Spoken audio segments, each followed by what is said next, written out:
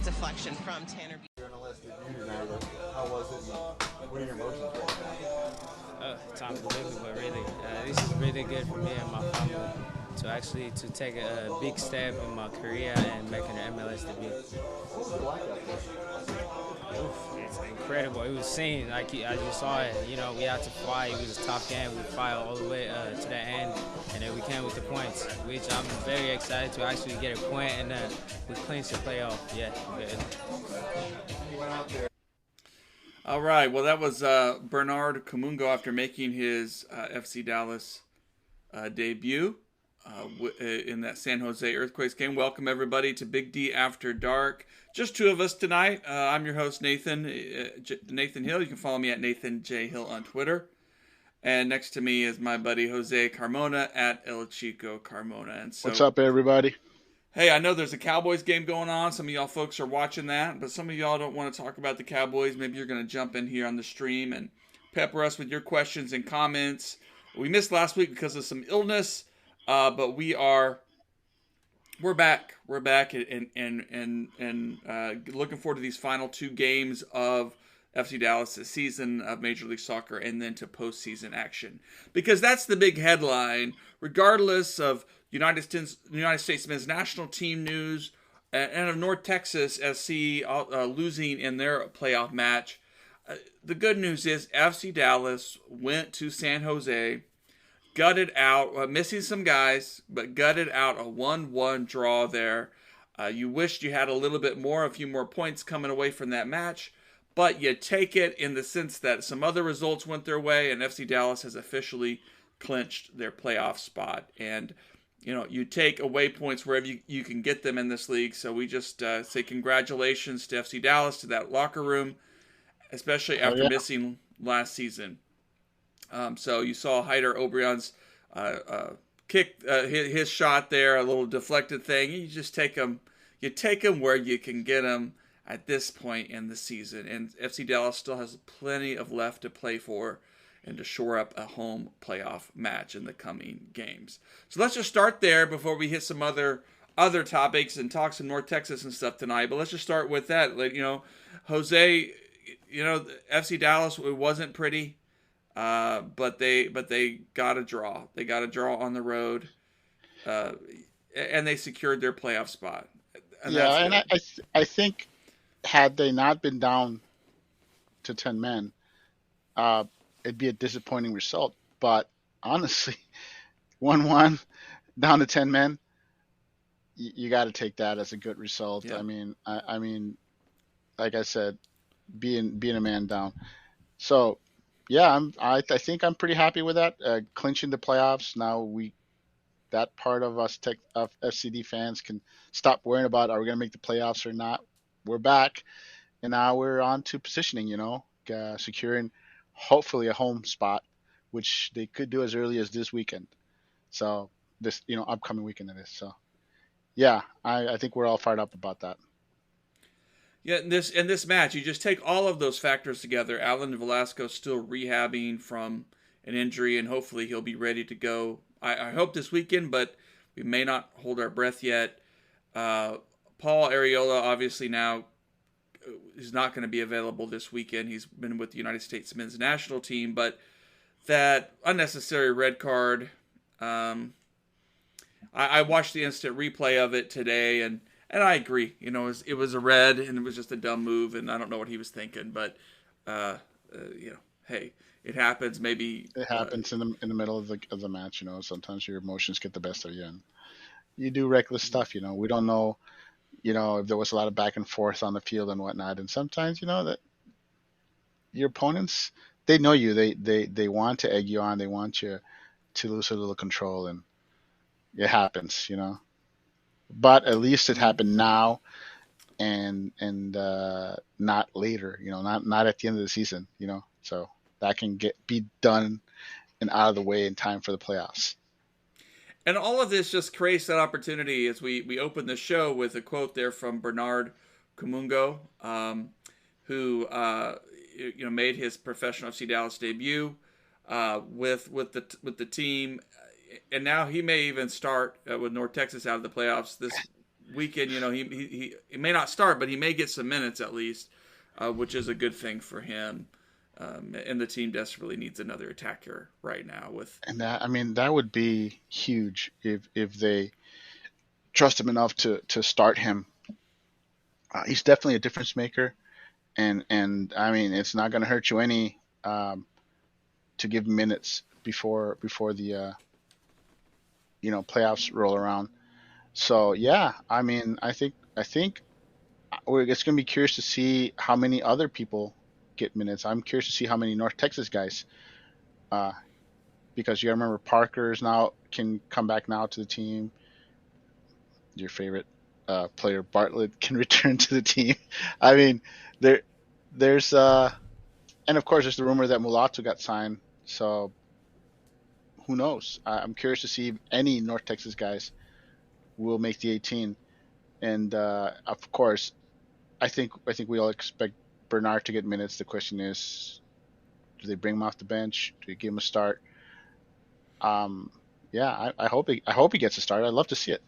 It'd be exciting. I mean, and of course, a lot's gonna. It'll be interesting to see kind of how they line up and what Jesus and how Jesus is available coming out of the United States men's these friendlies and things, which I imagine he'll be rested up.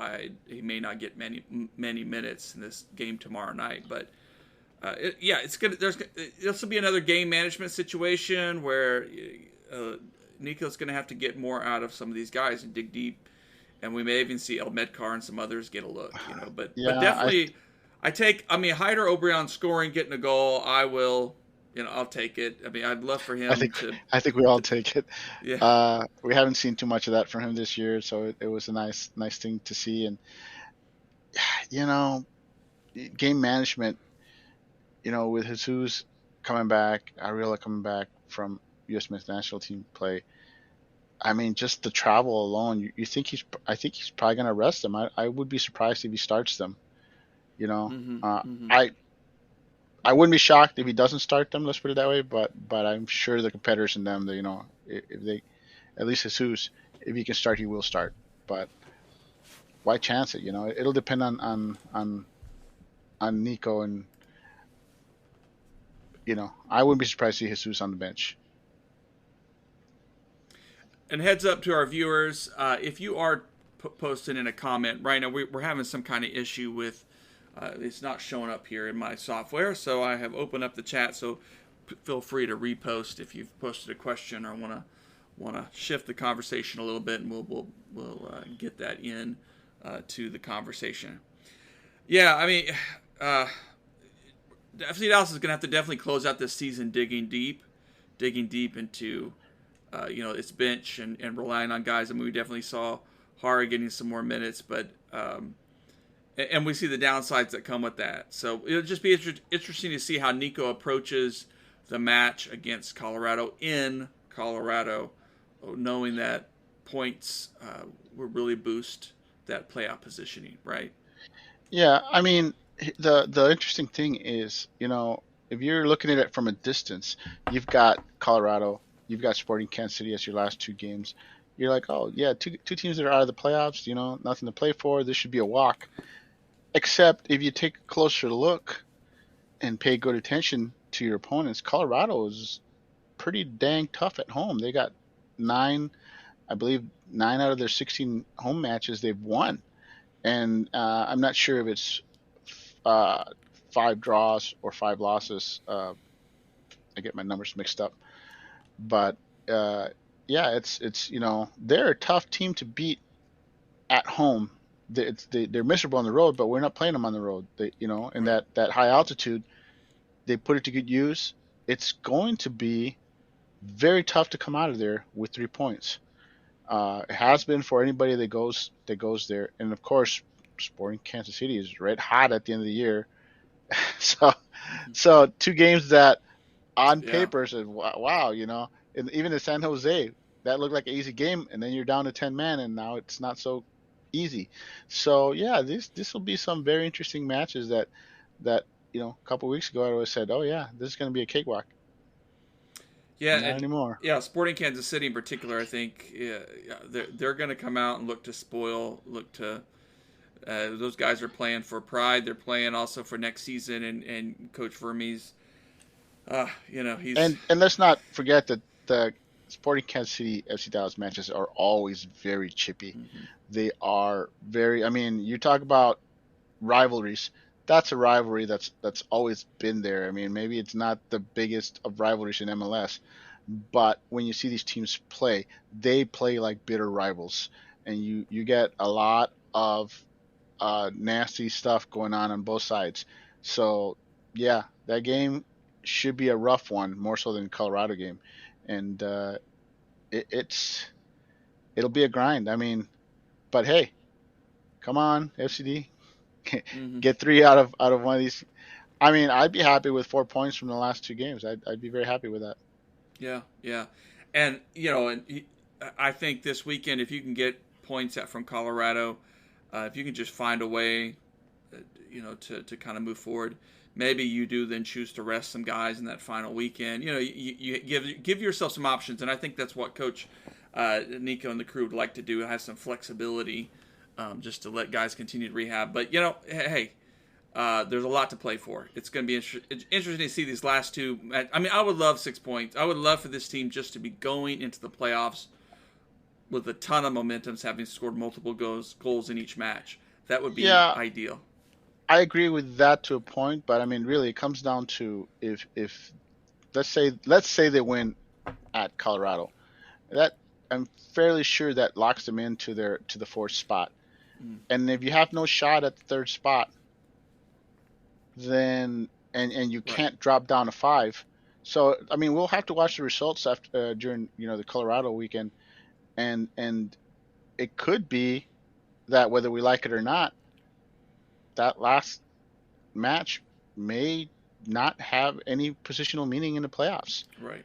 I'm not saying it's not likely going to happen, but you never know. If it goes to that, point where then you may not even try to win that last game. You may simply do what you did with the Tigres game, where you basically played a bunch of players that haven't been getting playing time or are coming off of injuries and are rusty, and get everybody in form. And I think I agree with that. the Yeah. Colorado game result, I think, will determine what happens, and other results around the league will determine what that Sporting Kansas City game looks like.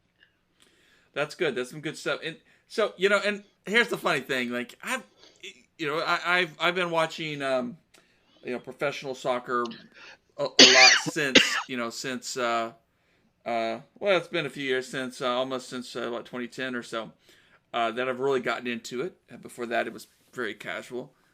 I always thought the 3 sub rule was just really stark. It was just really brutal, and a sport that can be very physical. So a lot changes too with even that, and I'm hoping that rule sticks around. But hey, yeah, that final game you give some of your guys a run out, and then you just start subbing in 3 sets of 3. You can almost I don't know what the current limit is and everything, but I know you have 3 windows to sub in guys, and so I think you could really do some things like that too, to just rest guys and take the game as it comes. But I've always thought the three sub rule was just so English, so like we're just brutal, and you're gonna have to gut it out. The people that don't like it are the purists and the traditionalists. They're like, oh, it's always been that way. If it ain't broke, don't fix it. But honestly, I would hope that they either stick to the 5-player rule. It's a great rule for teams that are very young and have a lot of players that need minutes. And it's also a good rule for teams with older players that need to rest a lot, to have that as added, and not everybody uses them, but to have them, that'd be great. But if let's say they do away with it, I would hope that they keep the injury clause. Like, hey, it's a 3-man rule, but if there's an exception for if you've got somebody that's forced out of the game through injury, and you could give them 2 exceptions, and so you keep the 5-man substitution rule in case of injury. You got somebody who suffers what do you call it? Concussion. Concussion. Mm-hmm. that shouldn't, if you lose your goalkeeper to concussion, it kind of sucks to be down, not only using your backup goalkeeper, but only have two substitutes left. Right. So I would hope that they at least keep the medical exceptions for concussions and for other nasty injuries and say, hey, you get up to two in case that happens, and still keep your three. So I would hope that the five stays somehow, even if modified. Well, good stuff. Maybe we'll come back to this, but let's go ahead and turn our attention to North Texas SC. I don't really know that there's a lot to. Well, let's talk before we get there because we can talk for a while about North Texas. Well, real quickly, you can get carried away. Yeah. United States men's national team played Japan in a friendly and really looked awful. Jesus got the start, but he had a decent opportunity on goal, a header, but the whole team played miserably. Not a lot Jesus could do. My observations on that is they look very disjointed, and the words come out, and I don't know if there's any truth to it, but the word is that the United States didn't even bother watching video on Japan. So they didn't scout them. They just said, we're going to go out there and do our thing.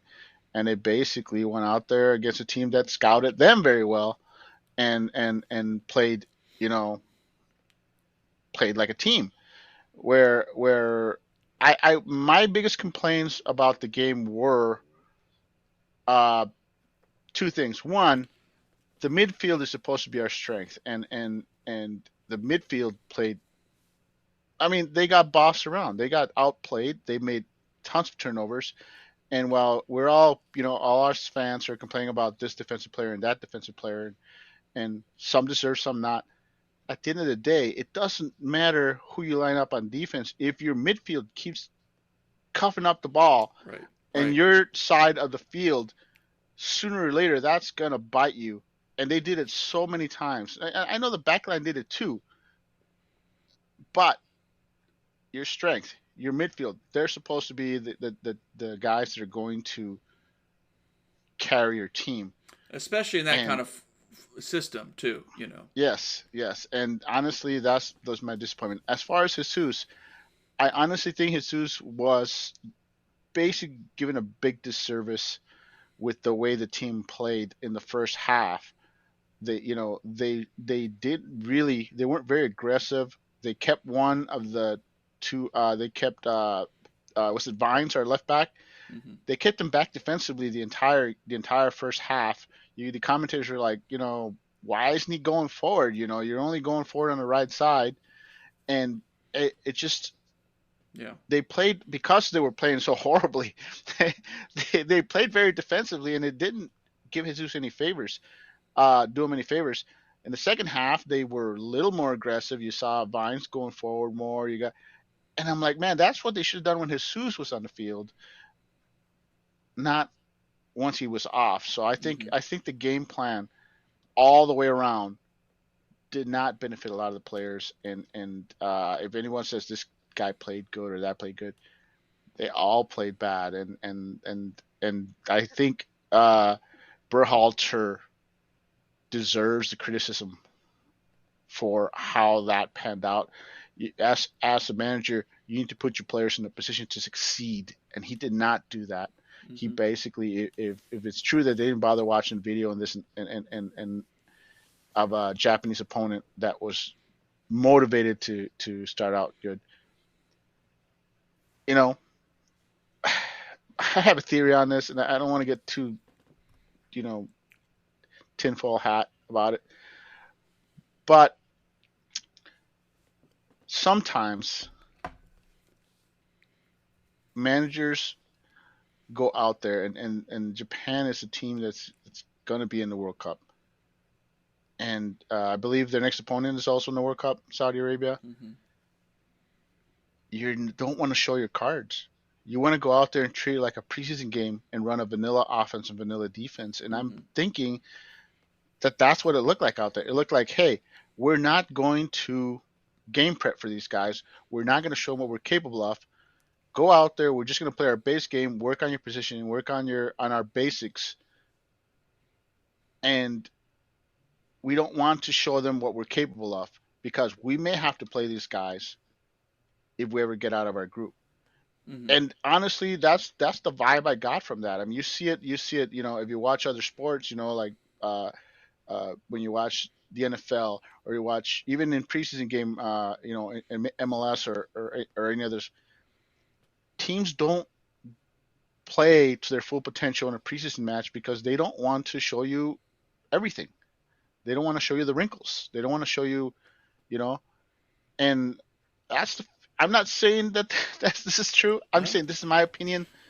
That you got to wonder if Berhalter is basically saying we don't want to show these guys what we're working on. We don't want people to have tape on us saying, "Hey, look, this is how the U.S. is doing this and that," and that has some value. But at the same time, you don't also got to have a strong locker that's not going to get too down because of some losses going into the World Cup. So I mean, it can go both ways. You know, it can hurt your team Yeah. if the team comes in with dragging their heads. So hopefully that's what it is. It's just the team basically, or Berhalter being paranoid and not wanting to show his hands to his opponents. It's a thought. I don't know. I'm sure there's a little bit of that in there that Berhalter didn't want these guys. He's like, hey, it's a friendly. It doesn't matter. We want to get guys fit. We want to use this as a chance to work on some patterns and develop some I'm confidence. not And yeah, I'm not trying to discredit Japan. I'm sure that Berhalter didn't expect this team to look that bad and to Japan to right, look that good. So I'm not trying to discourage Japan. I'm just criticizing the United States approach to the match, yeah, and that's what I'm criticizing. I'm not. I think Japan played like a team who was taking the game very seriously, and I think as a manager, that's what you hope to get. I mean, you want your opponent to bring an 8 squad or a, uh, 1B squad. You want them to field a strong team against your team so your team can get as close to an actual game atmosphere as possible.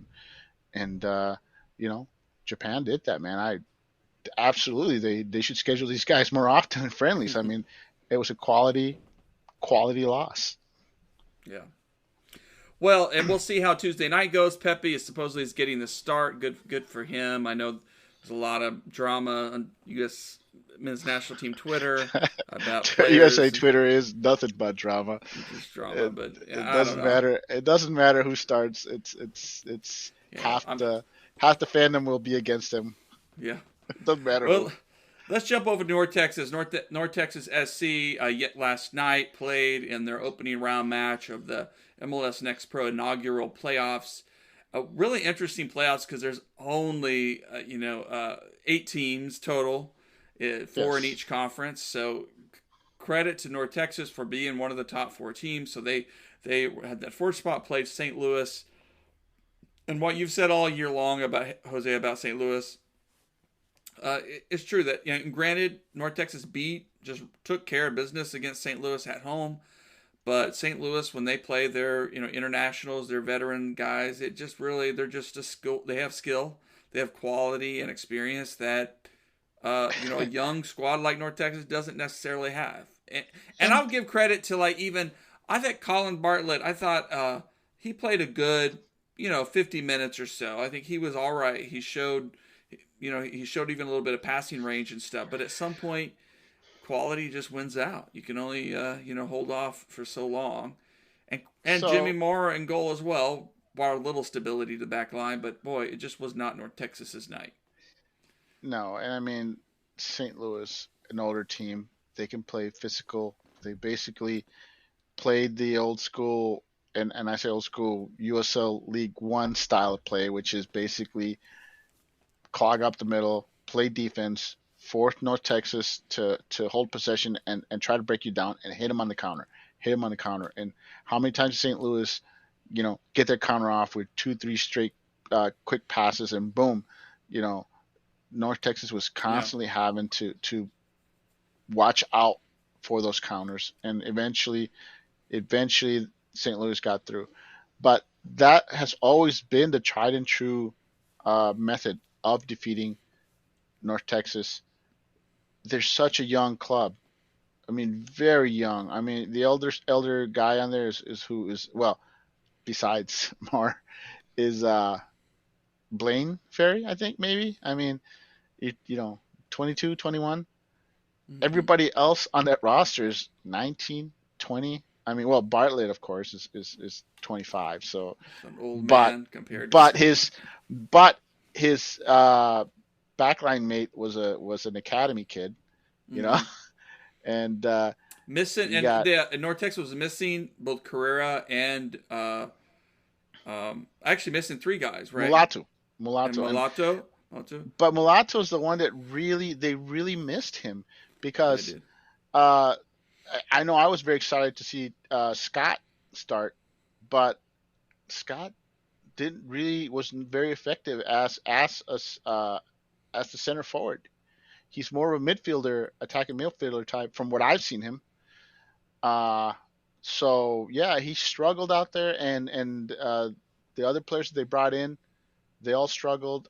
And Mulatto, when he's out there, he's one of those guys that just needs one or two touches, and he can punish you. And it was just amazing how badly they missed him. I was surprised, honestly. It was obvious hole.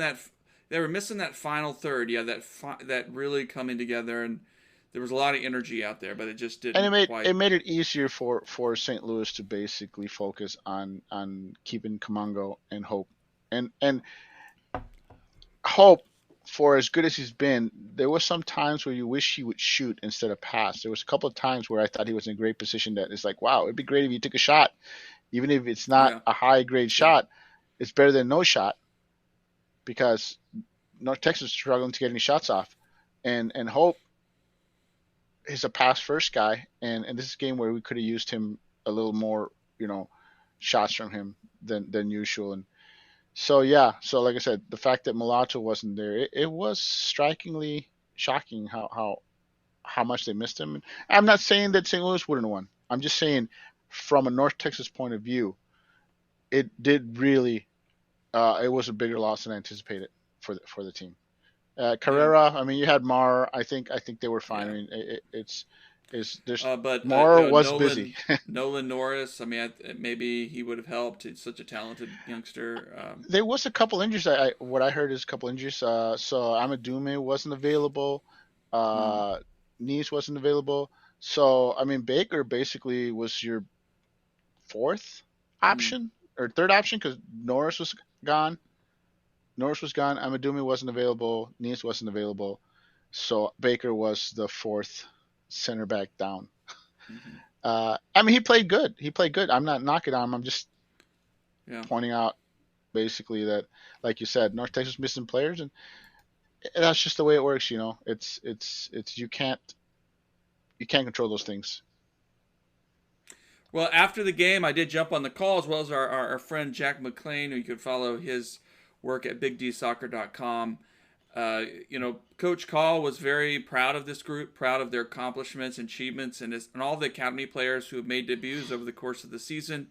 A lot of young players getting a taste of professional soccer and getting that sense of what it means, what it will take for them to grow to get to the next level. But he said, he hopes that, like the story of like Bernard Camungo, who's now with the senior team, he hopes there are more stories like that to come. And so gutted for the players, but also proud of those moments as well. And when I asked him what's next for the team, and of course they're going to have some practice, they're going to get back, finish up some things as a team, but then eventually those decisions are going to come, and he wouldn't give us any sense of what the team might be feeling. And he said some of that's above him with the front office, which makes sense, but still, I think that'll be a big question, is to see, all right, how are they going to construct this roster in season 2? Who's going to stick around for another year? Does Hope Avayewu, is he going to be another guy in the mix? Is he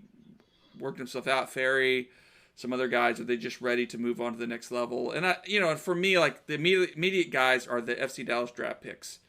Obviously Parker, I could see him. He still has room to grow at that level, and he has grown over the course of this season. And maybe even with an off season can break into some senior teams possibility. But Bartlett is the other one, that first round draft pick, just really. And this was a perfect game for him. Like for 45 minutes, he was like, "Hey, He's trying to create some things. He's holding his own, There's showing a couple some of savvy, guys. and then he gives a handball. I'll tell you right now. There's a couple of guys that have, now that the season's concluded, that have outgrown North Texas and should not be with the team next year. And we'll start with the back line. Bartlett, he's either, I mean, if he's not good to help FCD, then and he's still on the roster, then he's got to go to a USL championship team. Yeah. He shouldn't be with North Texas next year. Parker, same thing. Parker, honestly, I think down the stretch, he looked like he was at a point where he was better than the opposition he was playing against. Maybe that wasn't obvious against St. Louis, but against the average MLS Next Pro, yeah, Parker is another player who needs to be either on the senior roster next year or in at a higher level than MLS Next Pro. Mm-hmm. So those are the two backline guys that I think are ready to move up. From the midfield, Blaine Ferry. I think we're seeing the last days of Blaine Ferry with North Texas. He's a player that is too good for North Texas, and if the senior team isn't going to sign him, I don't know if they have him contracted for another year. If they do, I would suspect they're going to do a loan with a buy option for Ferry. That's another player I expect to be gone next year. Of course, Kamango's already been signed to the senior team, and the rumors that Mulato's been signed to the senior team. So those are 5 guys that I think are too good for North Texas and will be gone, not because they're bad players, but because they should be playing at a higher level, whether it's with FC Dallas or on loan or simply let go so they can find a better job themselves. Something will happen to those 5 players.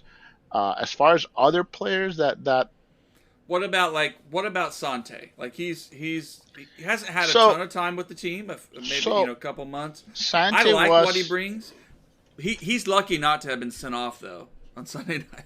So Sante is interesting choice. It'll depend on what the coach decided, if there was enough time, because he's got a buy clause, and they had a short window, and so his strengths were his physicality and that just nastiness that North Texas has been missing.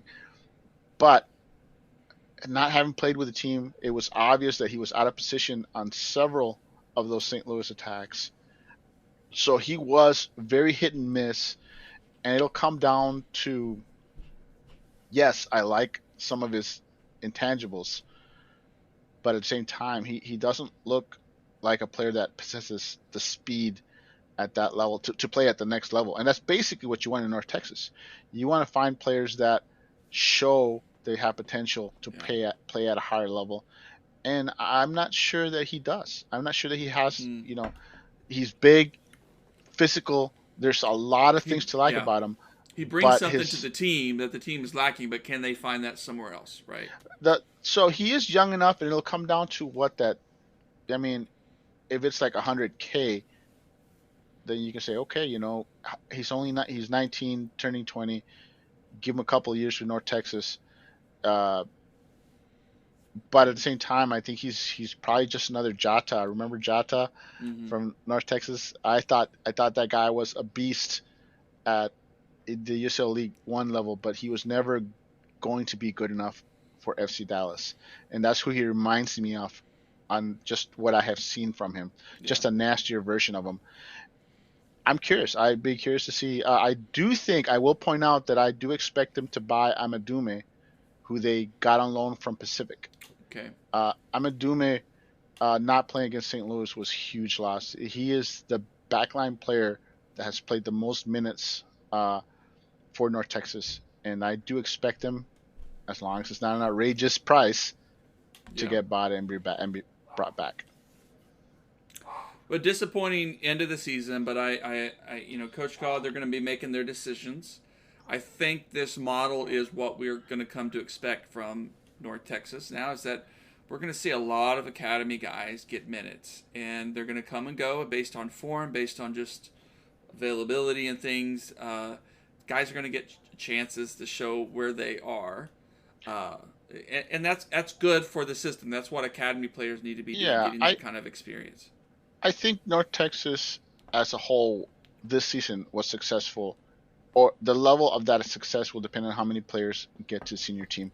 That's always should be what the team's measured by, not whether they won the title or whatnot. It's how many players did you provide to move up to senior roster. And I think when it's all said and done, it'll be a very successful season for North Texas in that regard. At the same time, though, we saw a shift with them, like you said.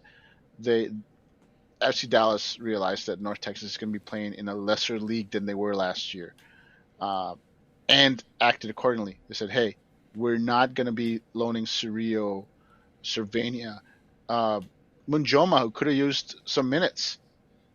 They said, "No, Ahmed Kahar, they're too good for that level. We're not going to play them at that level." And I've always liked about FC Dallas. They said, "Hey, MLS Next Pro is not USL Championship level.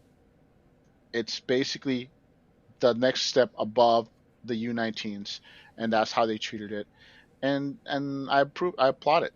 I just hope that they need to find an actual affiliate that is willing to take, and I mean willing to take like 4 or 5 guys, not one or two, not like the Tulsa. I like we'll send you Cervania, we'll send you Jesus. No, I mean an affiliate that says, hey, send us 5, 6 of your guys. We'll play them. It'll save our budget as long as you guys pay for their money, for their expenses. They should try to get that kind of affiliation so that they can guarantee Parker, Bartlett, uh, Hope, maybe, some minutes at a higher level guaranteed before you say, okay, now we can determine if you're good enough to be, if you're ready for FC Dallas. That's That the missing model. rung. That Yeah. missing rung in the development ladder. That missing development rung. ladder. Yeah. Ooh, no good. No good. 59-yard attempt from the Dallas Cowboys, but they're going to the half They're up. 6-3. They're up. It's an ugly game. It's a low-scoring game. Is that a soccer score? Is that? My comment to all of my fellow Cowboys fans is, and was saying this after the Tampa Bay game, Dallas is gonna win games. It's gonna be ugly because we're missing our big guns, and whatnot. Our offensive line's a mess. But until they get healthy, they have enough to win some really drag down, beat down games. Mm-hmm. They won ugly against Cincinnati, and I think they'll win ugly today, but they'll win. We're not going to be bragging about, oh, hey, we won by field goal. But you stack those wins on top of another, and that's pretty much what FC Dallas did. FC Dallas stacked 1-0 wins on top of each other, and 0-0 or 1-1 draws on the road. And next thing you know, boom, we're in the playoffs. We were like, man, we were really that good? Yeah, they stacked wins. They did what they had to do to win. They did what they had to do to get draws. And honestly, I haven't had a chance to read it, but I saw an article, I think from maybe it was Dallas Nation. I could be no D Magazine, where they're saying honestly, if you're one of the other playoff teams, Dallas is not one of the teams you want to have to run across, because you either play them at home where they're tough to beat, or they've already proven that they can win on the road, something that Dallas wasn't known for. Right. But this season they are. So they are a dangerous opponent for anybody. And that's a step forward, I think. Mm-hmm. Well, if there's one thing we didn't talk about was that Dallas had a friendly on Saturday against Tigres, and didn't even watch it. Both Jose and I did not watch it. No, it was what it was. It was just basically get Hedges, get Quinion, get all these guys that are rusty, are coming back from injury, that needed minutes, give them minutes. And honestly, no one's disappointed with the result. I know I'm not. I'm not. None of us are surprised by it. But I'm one of those people that say, hey, I'm glad the team did it, because as long as you come out of it without any injuries, it's good for the team. It's good for the team to get out there against an opponent, and a live opponent. And even though it's a friendly, sure there's some pride at stake, and just get them comfortable with being out there 60, 70 minutes. Because that's basically it's confidence, for a player coming back from injury. There's always in the back of your head, that can I make it? Can I go? Will my legs or will my stamina hold up? So I think it's good. I'm happy they did it. I didn't watch it, but I kind of knew how that was going to go, especially when you looked at the lineup. Well, let's leave the show there. Some good action this weekend as FC Dallas travels to Colorado. Should be a lot of fun, and I'm hoping to see Kamungo get some more minutes. He's played up there before. He's played in Colorado, so I don't think it'll be overwhelming for him. But the team may need him. There may not be many other options. Could be a very interesting lineup. Yep. Definitely, like I said, it's. I don't know. I think we're all gonna be nervous about it once we see the lineup. We'll be like, what? But at the same time, I hope the team's proven that they can get results on the road. So I'll be happy with any result on the road, and I would not be shocked if they walk out of there with a draw. Well, we'll leave it there. Thanks everybody for joining us. We'll of course upload the audio to wherever you find podcasts. Please subscribe and leave a comment and help us grow the show. Thanks, Jose. All right. Thanks, Nate. Good night, everybody.